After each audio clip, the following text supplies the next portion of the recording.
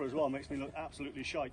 But no, he's kindly come along today. He said he'll do a good golf clinic for us, and hopefully we'll learn a few things about him.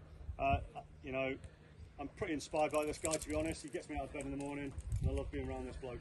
A bit of brotherly love there, mate, but all good stuff. He's obviously a brand ambassador for Strixon, who we have a really close affiliation with, and we got them guys here today. So I thought it was only right and proper to ask Mike to come along. I also end up going on most of his golf days with Great Days Golf. I think I go on more their days than I go anyone else's. But no, I think it's good to get around, see how people do different things, and I thought it would be really good to have a golf clinic here today. So thanks very much, Mike. Over to you, my friend. Right, gents, just going to do a bit of short game stuff really, a bit of pitching and chipping.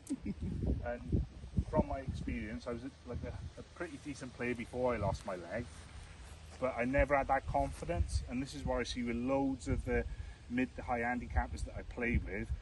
It's just that trepidation over a chip shot where they're scared of it, and I remember feeling like that before I lost my leg, when I was always like, oh, please, like, don't shank it, or don't duff it, or don't.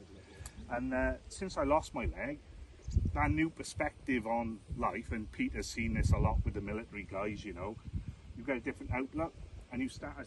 The first thing I realised was, when I'm playing golf, I've got to do it for myself. And we beat ourselves up on the golf course. We've all done it. In a bad shot, you say to yourself, oh, you idiot, what are you doing? You know, we all say it, but you never say it to your mate. So you've got to learn to be your own best mate on a golf course. So even if I duff one today, it's not going to be, oh my God, all these people are looking and I've duffed one. It's embarrassing. Well, that's golf. That's what happens. And as you begin to accept that there's going to be bad ones, believe it or not, you'll start to get more good shots. So I'm just going to do like a couple of things that I work on. I played Legends Tour last year, the European Senior Tour, and I spent about 2 hours with Michael Campbell in Aberdeen around the chipping green, and he gave me 2 bits of advice, which I'm going to share with you now, and it just changed how I chip and the confidence I had.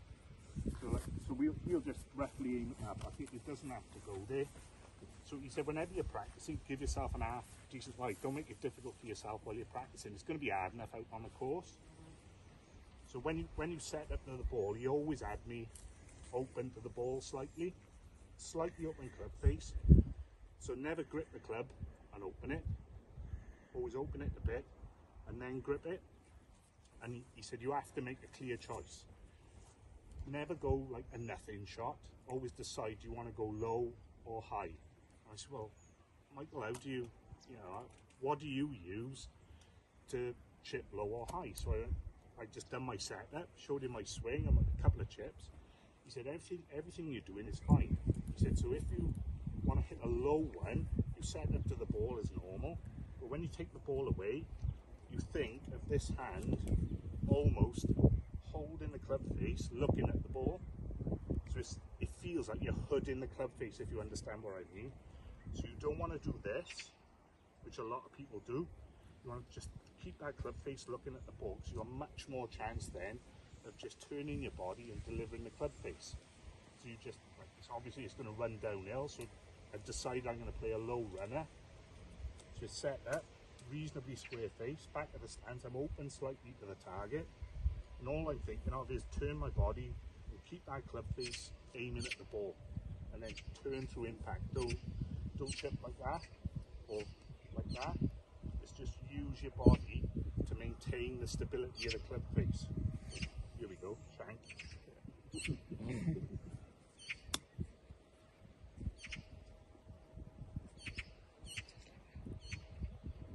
What? A bad leg. Just like that. So that's and that before would terrify me in front of a load. But now, because he's done that and it's simplified everything, it's revolutionised it. You look at it and you're making a clear choice before you make your chip. You're not over it going, oh, just line up and oh, I think I can get it in, and you sort of do like flip your hands and you think, oh, it's come up short, and you don't understand why. So you have to get a clear picture. So if you wanted to go high, like a high chip to the same target, obviously you've got to carry it further, but you don't want to be opening the face and going and hitting it harder. You just want to swing slightly longer. Always try and keep that same rhythm. So then before you grip the club, just open the face. And this time, where I'm thinking of keeping that face aiming at the club, I let it go back naturally. And this is what Michael Campbell said. For a low one, like that, for a high one, just turn your clubs away and swing it exactly the same, and then it should go high then. So you set them open, and it goes high. And that was no different to swing to the first one. So let's have somebody have a go. Come on, let's have someone have a go. You'll do. You're left-handed. Well, I'm a left-handed. A righty then, a righty. The guy in blue there. Come on over, mate. Oh, Jesus. So just show me a normal chip first, and then you'll have a look at it and see what we can do.